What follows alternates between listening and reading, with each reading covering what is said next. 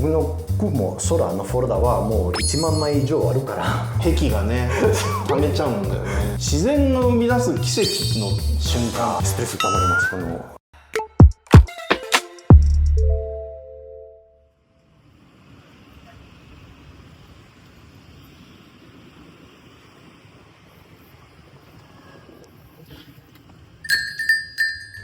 いらっしゃいませ。カフェフォーリーフへようこそ。クローバーズ代表の小山です。ここではクローバーズの社員たちが気になることを勝手気ままにおしゃべりしています。どうぞ皆さんもお好きな一杯とともにお楽しみください。本日のお客様です。コンセプトアーティストのカリオン・イズラと申します。今まで背景デザイナーとしてはベヨネッタ3やバイオハザード4リメイク関わってきました。プランナーの西亮介です。前職では、ソーシャルゲームの、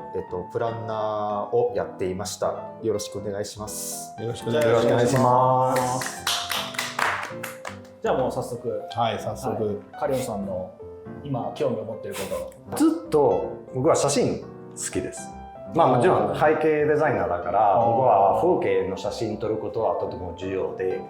ただどんな写真撮るかというと、まあもちろん好きなこと自然とか伝統とか撮るんですが、もちろん季節ごと変わるんですよね。でそれで今気になることとかって言われたら、まあ、夏じゃないですか、で夏っていうのは人によってイメージはちょっと違うかもしれないんですけど、僕にとってなんか空が綺麗な季節です、だから空の写真はめちゃくちゃ撮ってます。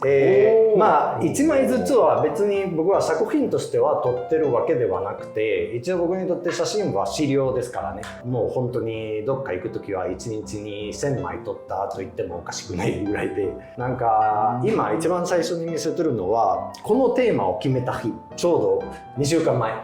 YouTube のために何の話するかって考えたら、なんか僕の写真に対する気持ちはちょっとなんか病気っていうぐらいの感覚なので、会社を出て普通に右を見たら、うわ、あの雲かっこいいと思って、で一番上左、他の人から見るとどう思うのかわかんないけど、僕はうわかっこいいと思って、でそこまでちょっと撮りに行って、で後ろ見たらなんかこの建物、この会社のビルの後ろにももっとでかい雲があって、でその右上のでも建物とか邪魔なので、まあこのビルは邪魔っていうのはあれなんだけど邪魔なので、なんかまあちょっと離れたら離れるほどビルは小さくなるけど雲が大きくなる。だからもう気づいたらもうほぼほぼ梅田まで行っても、まあどうしてもまあどうしても都会だからね、なんか周りは建物は大きくて、ただまあその時は悩んだのは逆で言うと、ここ19階じゃないんですか、こんな景色が見えるので、でこれはトイレ行く時、あそこの廊下の窓から撮ってます。だからなんかこんなの見れるから、あの日は会社に戻るかって悩んで、なんか撮りたくて、だからなんか悩んだんですけど、まあまあ帰ろう、でも帰ろうとしてもなんか途中で空はめちゃくちゃ綺麗になってきて、で電車の中でその時間は満員電車だけど、もう窓にくっついてこうなんか頑張って撮ろうとしてっていうぐらいなんか撮りたいんです。でそれでどこで使うのか、別に使おうか使わないかっていうんじゃなくて、まあ撮るのは好きで、それで集めていって、で昨日は今日のためには適当何枚か選ぼうと思ったけど、僕の雲空のフォルダはもう1万枚以上あるからもう大変でした。もう石井が緊張してるって言った割にはもう矢継ぎ早にずっと喋ってるから間で差し込めなくて、これ何iPhone で撮ってる？いや、あれ Android で。Android ってでテーマを決めて失敗したところ、一眼レフも持ってるんですが、この後一眼レフの写真も何枚か出るんですが、少し前から死にかけてるからかわいそうで、よしテーマを決めた、なんかこの YouTube の撮影の日までにはいい感じに一眼レフも使って写真撮ろうと思ったら、もう死にかけてるから全く使えなくて。死にかけてるって何？まあもう古いから古いってこと？そうボロくなってきて、でこれは全部スマホで撮ってて、その一眼レフは普通にフィルムで？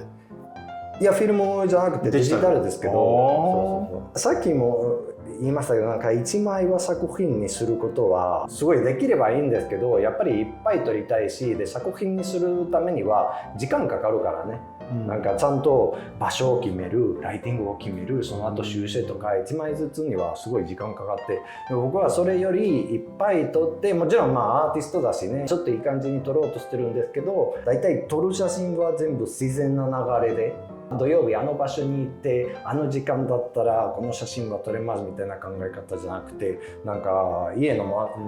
窓からちょっと外覗いて、お、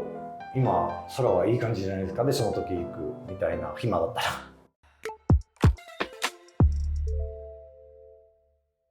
1日何枚ぐらい撮る？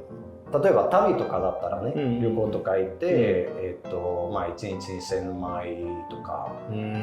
てもおかしくない。まあ好きな場所だったらね、もちろん。例えばこの後出てくるんですが、僕の住むとこの近くにある場所から例えば夕日の写真撮りに行ったら、その夕日の時間とそのたった1時間の間は200枚とか。それ撮った写真ってちゃんと整理してる？日にちで整理してます。あ、でもしてるんだ。はい、ただなんかもちろんあんなにたくさん撮ってどれがいいかって決めてそんなに良くないのは消した方がいいんですけど、いや消しづらいんです。俺も一応撮っとく派の人間だからねもうデジタルも物理も。そうですよね。やたらと部屋も物が溜まってる一方の人間だから気持ちはわかりますよ。神谷さんもコレクターですからね。癖がね溜めちゃうんだよね。そうだからどんどん溜めていて、まあだから昨日ももちろんなんか今夏だから夏の空の話だから去年とか一昨年のその夏の中のフォルダの写真はちょっといろいろ選んでたんですが、なかなかそのね手ぶれで下手したり完全に2枚は同じじゃなかった場合はまあ残します。だから昨日選ぶのはすごい大変です。11枚そうに選ぶ。だからまあ次行ったらこれもオフィスから撮ったやつでこれやっぱり夏だからね、スペイン出身で地中海の人間で、あそこはなかなかその日本でよく見る入道雲がなかなか見ることはなくて、だから日本に住みに来た時は僕は最初暑いの苦手だから夏がちょっと苦手と思ってたけど、なんかこんな綺麗な空が見れるからもう頑張って暑さをちょっと耐えて写真撮りたくなって、でこれもオフィスからいろんな形、まあ入道雲、さっき入道雲は多かったけど、まあ他にもなんかいろんな形、やっぱりアーティストとしてはまあシルエットを見るし、プロポーションとかグラデーション、色いろいろ、あとスケール感。僕の住んでるところとこことの違いは、住んでるところは周りは住宅ばっかりで、その住宅と雲を比べる時とここに来て都会、なんか構造ビルと雲を比べる時はまた印象は変わって、その左下とかは街の中で歩いてる時はあんなに建物はでかく見えるけど、この19階から見下ろして逆に空はあんなに広く見えるのはなんかすごい僕はワクワクします。夏空綺麗っていうのは僕もめちゃくちゃ分かりますね。なんかその車とか乗ってて高速道路とか走ってるとそのもうすごいもう目の前のその空が綺麗やなっていうのは思いながら結構乗ってますね。その時僕はなんか運転しないので、でも思うのは、もし僕は運転してたら多分事故するんじゃないかもうよそ見して空綺麗だないやでもね、そうなんだよね。俺も運転してる時とか、あれ高速道路走ってるとやっぱりこう見通しがいいからよく気づくのかな。自然が生み出す奇跡の瞬間というか、まあ、今ちょうど出てる絵なんかも雲間からこう太陽の光がゴッドレイで出てるのとか、今ちょうど撮影してるこの時間帯、その夕焼け、夕方になってくるとそういうもう真っ赤になったりとかっていうタイミングがたまにこうふっと気づいて、おーっていうね、あれは素晴らしいなと思う瞬間ありますよね。そう、そしてその神谷さんの言う通り瞬間ですからね、なんか長く続かないんです。だから余計にさっきも言いましたけど、いい雲を見た瞬間ではもう早くどこ行けばうまく撮れるのかって探して、だから僕にとってもそれもゲームです。から次のページ行ったらその個人的なその遊び方ゲームっていうのは、これは僕の家の近くにある丘の上にちょっと公園があって、でその公園からよく綺麗な夕日が見れるから見に行くんです。でそこも写真撮ります。でもこの場所を知るにはもう僕の町はもういろんなところに行っていろんなところでその撮影スポットフラグを立ててでもここは満足できない次行こうでそれでどんどん探索していろんなところに、探しに行ってやっとこの公園を見つけました。で今ここは気に入ってるんですがなんかまだこの角度だったらこっちの方がいいとかって思った時は別の場所に行って、あと距離とかも考えて、そして、もう本当に頭の中でパラメータばっかりだから今こんな感じ空になってるんですけど10分後はもう暗くなるからあそこに行く隙間がない、だからこの近くの5分の距離に行ってそこからとりあえず撮って、今日はそれでいいって感じで撮ってるので、もうストレス溜まります。このストレス解消じゃないんですよ。もうなんか何を撮らなきゃってなってそうもちろんクリアできた時はそのやっと綺麗な、瞬間も撮れましたっていう時はなんかすっきりしてすごいなんか癒されて、電車の中では必ず、窓側の近くに立てたいんですよね。空を見るためには写真もできれば撮り立てて、でも次の駅でまた人が乗ってで中に押されて、でそれで先週のある日はめちゃくちゃ綺麗な夕焼けがあって、でも僕は窓じゃないんです。目の前に人がいて、でもこの人の頭と頭の間は僕はこう見ててなんか今日の夕日綺麗だなって思いながらでもそんな状況の中ではなんか写真撮れないんですよね。でも撮れなかったのは悔しくて。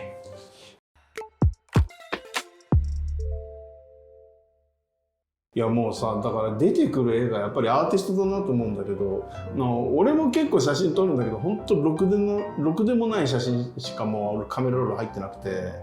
なんか猫の座布団が道端に落ちてたんだ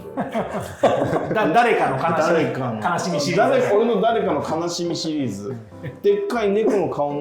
のクッションが落ちてて、それはすかさず撮りましたよね。あとなんか鍵とかね、落ちた鍵も撮りましたし、ヘッドホンのイヤーマフというかイヤーマフ